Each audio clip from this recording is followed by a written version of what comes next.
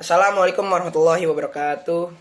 Perkenalkan, nama saya Muhammad Jordan Firdaus dari jurusan Ilmu Komunikasi Universitas Islam 45. Alasan video ini dibuat adalah untuk memenuhi tugas ujian akhir semester 1.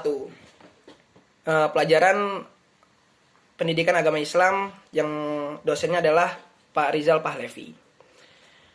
Nah, di sini saya menjelaskan 5 bab atau ada 5 materi. Ya, langsung saja bismillahirrahmanirrahim.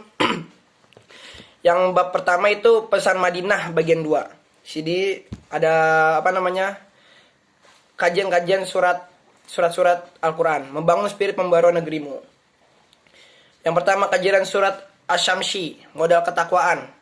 Allah menurunkan taufik bagi orang iman dan kehinaan bagi orang kafir pada kefasikan. Jadi yang namanya Allah menurunkan taufik itu Allah memberikan nikmat, Allah memberikan kelancaran dalam dunianya kepada orang iman, dalam ibadahnya dan segala macam. Dan Allah memberikan kehinaan bagi orang kafir itu pada kefasikan, ya dengan cara Allah menyesatkan orang kafir tersebut. Allah memberikan cobaan, yaitu mungkin pacaklik, dan Allah memberikan musibah, dan Allah memberikan kekalahan pada perangnya. Nah, itu kefasikan, kehinaan bagi orang kafir. Dan kedua itu kajian surat Ad-Duha, ungkapan syukur, bagaimana mengungkapkan rasa syukur. Ya, kita mengungkapkan rasa syukur kita dengan cara apa ya? Dengan cara mengepolkan ibadah, melancarkan zakat, atau bersedekah segala macam. Ya, sebagaimana dalil, la in syakatum la azidanakum wa la in kafatum in adzabi lasyadid. Yang keempat, kajian surat Insyirah. Surat ini mengajarkan kepada kita menjadi manusia besar. Maksudnya tingkatkan terus kualitas amal soleh untuk meningkatkan level keimananmu. Yaitu dengan cara ya kita berjihad fisabilillah. Berjihad fisabilillah dengan cara apa? Kita membela, mungkin bersedekah di masjid.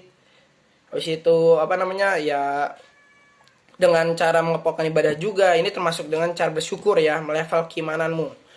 Dan yang kelima itu yang keempat ada kajian surat An-Naba, respon publik, memberi kabar, seruan tauhid, kabar hari akhir, dan lain-lain, yaitu ya ini mengingatkan kita pada hari akhir.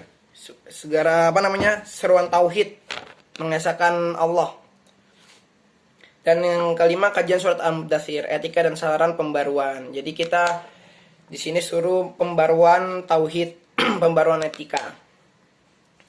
Meningkatkan karakter, meningkatkan keimanan juga termasuk. Yang bab kedua itu ada leadership, pemimpin atau imam. Ya, imam tidak harus jauh-jauh. Imam itu ada juga di keluarga, yaitu seorang ayah. Nah, pemimpin itu, leadership itu diakui oleh umat dan dikenal melalui dakwah atau mungkin dengan sifat-sifatnya gitu kan. Dengan karakternya orang baik, yaitu contohnya seperti Nabi Muhammad mendapatkan gelar Al-Amin, orang yang bisa menjaga amanah, orang yang terpercaya, orang yang jujur di zamannya. Sehingga Nabi Muhammad itu diberikan kepercayaan untuk meletakkan Hajar Aswad itu di mana, bagian mana. Itu Nabi Muhammad yang menentukannya. Peranan pemimpin dalam kelompok, secara umum memimpin dalam kelompok adalah bertanggung jawab dalam menggerakkan aktivitas dan motivasi anggota kelompok untuk mencapai tujuan bersama. Ya, jadi cara peranan pemimpin itu dalam kelompok yaitu ya mengasih motivasi, ya menjalankan aktivitas, memantau anggota-anggotanya apakah lancar apa tidak. Itu ya, contohnya Nabi Muhammad ya kan, melihat Nabi Muhammad itu sangat kenal dengan sahabat-sahabatnya. Ya, ini sahabatnya mana di dalam masjid ini, kok nggak ada? Sahabat ini ditanyain. Terus ada yang meninggal dalam perang, Nabi pun tahu. Itu saking mengenalnya, saking dekatnya dengan para sahabat, dengan para umat-umatnya gitu. Dan kunci sukses leadership itu menjadi figur contoh, memberi visi, proses yang menantang, menumbuhkan untuk bekerja dan memberi semangat. Itu kunci sukses leadership.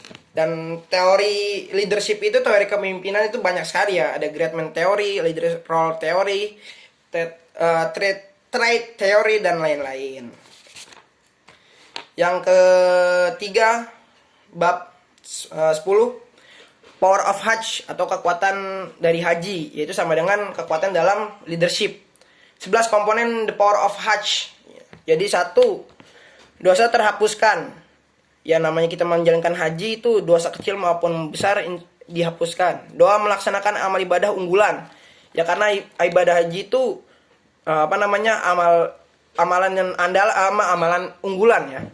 Dan ketiga, berjihad fisabilillah.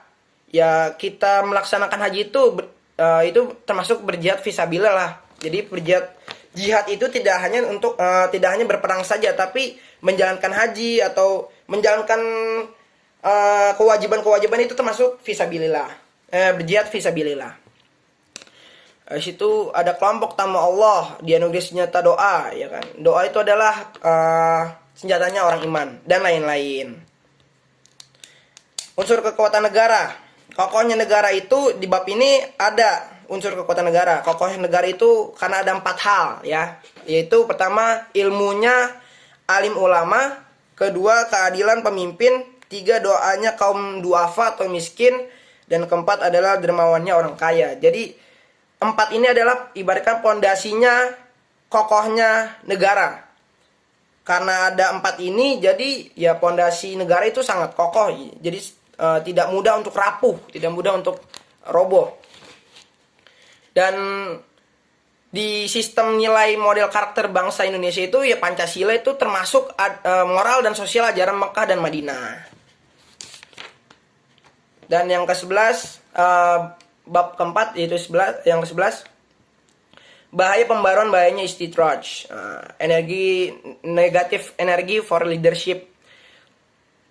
Istidraj itu diambil dari kata daroja, bahasa Arab yang berarti naik satu tingkatan ke tingkatan berikutnya, namun lebih dikenal dengan istilah azab yang berupa kenikmatan. Jadi identifikasi sifat istidraj itu ibaratkan ya Allah itu memberikan cobaan kepada seorang hamba dengan cara kebahagiaan cara yang salah. Terus Allah memberikan kenikmatan yang banyak, mungkin dia orang kaya raya tapi dia lupa dengan Allah. Itu termasuk istidraj. Ya barangkali kita harus identifikasi dulu sifat kita. Dengan cara apa? Dengan apa sih kita meraih kebahagiaan? Apakah itu dengan sifat syaitan, sifatnya setan, yaitu dengan kejahatan atau tipu daya, sifat al-bahaim atau sifat hewan, waktu tidak digunakan dengan yang bermanfaat, atau sifat al-siba, sifat binatang buas, memangsa temannya, menundukkannya dan menguasainya dan sampai membunuhnya. Itu kebahagiaan yang salah emang itu kebahagiaan yang salah. Dan sifat yang benar ini sifat al-malaikat, sifatnya malaikat, kekuatan yang akan membawa pada rasa keindahan dan kesempurnaan ciptaan Allah. Jadi ya kalau kita bahagia karena sifat al-malaikat itu karena ciptaannya Allah itu sangat besar ya kan. Kita mungkin jalan-jalan atau kita melihat wisata religi, ibaratkan kan wisata religi atau subhanallah ya kan. Ini kekuasaannya Allah segala macam. Itu termasuk sifat al-malaikat. Muhasabah diri ya, kita harus muhasabah diri. Itu kita kenapa kita bahagia karena ini itu. Kalau ini salah, karena yang benar ini adalah sifat al-malaikat segala macam. Muhasabah diri ya, kita dengan cara muhasabah diri itu kita introspeksi diri, akhirnya kita disalahkan lalu dibenarkan gitu. Dan itu kita mengenal tokoh yang memiliki sifat iblis, maksudnya tokoh yang istidraj. Jadi ada suatu kisah zamannya Nabi Musa, yaitu Bal'am bin Robah. Bal'am bin Robah, dia adalah seorang ulama yang alim, yang faham, saking faham, ulama yang faham, yang soleh, saking solehnya ketika dia mengangkat tangan untuk berdoa, arsy Allah itu bergetar gitu. Saking doanya itu manjur gitu. Tapi dia tuh bisa tergoda oleh iblis gitu, tergoda oleh umatnya yang ingin Nabi Musa itu tersesat gitu kan. Tapi awalnya itu dia tidak mau. Dan akhirnya istrinya pun disogok oleh umatnya untuk membujuk Bal'am bin Rabah ini untuk apa namanya menyesatkan Nabi Musa di jalan gitu. Akhirnya apa? Bal'am pun nurut oleh istrinya. Ya akhirnya apa? Dia tersesat. Nabi Musa tersesat selama berapa, kurang tahu ya. Itu lama sekali dan akhirnya si Bal'am menjadi orang yang hina, menjadi ahli neraka. Dan bab terakhir itu energi pembaruan untuk membangun moralitas bangsa. Gerakan pembangkitan bangsa yaitu orang-orang yang tekun beribadah, itu yang disebut golongan tasawuf. Itu orang-orang tasawuf itu zaman dulu itu banyak sekali, ya kan. Ahli ibadah, kerja keras, terus update tauhidnya, sehingga mereka melawan penjajah itu lebih mudah gitu kan. Tetapi di abad 21 ini bukanlah ancaman fisik, tetapi lebih pada mindset atau pola pikir dengan seiringnya teknologi, sehingga semakin jauh pada tauhid. Jadi zaman sekarang itu teknologi lebih canggih, ya kan, lebih modern, sehingga bisa mempengaruhi mindset, pola pikir, bisa mempengaruhi ideologi bahkan. Dan sehingga efek negatifnya bisa meningkatkan kekerasan, ketidakjujuran, penggunaan bahasa yang buruk, menurunnya rasa tanggung jawab, rosaknya moral bangsa, dan itu banyak lagi, ya kan, hal-hal negatif, ya kan. Sehingga jadi ya meningkatkan kekerasan, ya kan. Mungkin orang sekarang tidak malu untuk yang namanya berhubungan intim di jalan atau di publik gitu kan. Karena semakin zaman itu semakin buruk daripada zaman sebelumnya, bahkan itu ada dalilnya gitu. Dan salah satu modus kehancuran tatanan nilai-nilai bangsa yaitu narkoba masuk kampus. Bukan narkobanya yang kuliah ya, narkobanya masuk kampus. Ya karena apa? Ya mungkin karena salah pergaulan, atau ada urusan keluarga, mungkin dia anak broken home atau segala macam. Ya akhirnya itu bisa merusak moral tatanan bangsa gitu kan. Mereka ganja, heroin, ekstasi, pil koplo, alkohol, mushroom, ya kan, dan segala macamnya ya. Jadi jauhkan dari narkoba, sehingga selamatkan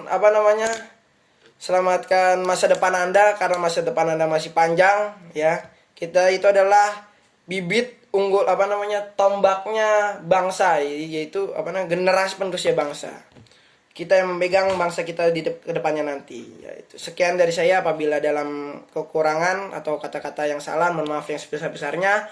Qul badiyadam qataun. Akhirul lihadah. Assalamualaikum warahmatullahi wabarakatuh.